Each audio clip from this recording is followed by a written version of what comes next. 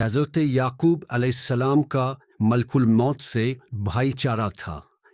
ایک دن ملک الموت حاضر ہوئے تو حضرت یعقوب علیہ السلام نے پوچھا، تم ملاقات کے لیے آئے ہو یا روح قبض کرنے کو؟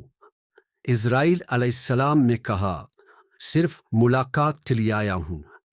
آپ نے فرمایا، مجھے ایک بات کہنی ہے۔ ملک الموت بولے، کہیے کون سی بات؟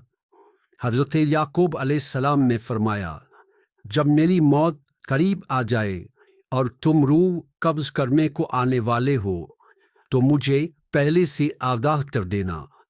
ملک الموت نے کہا، بہتر ہے، میں اپنے آنے سے پہلے آپ کے پاس 2-3 کاسب بھیجوں گا۔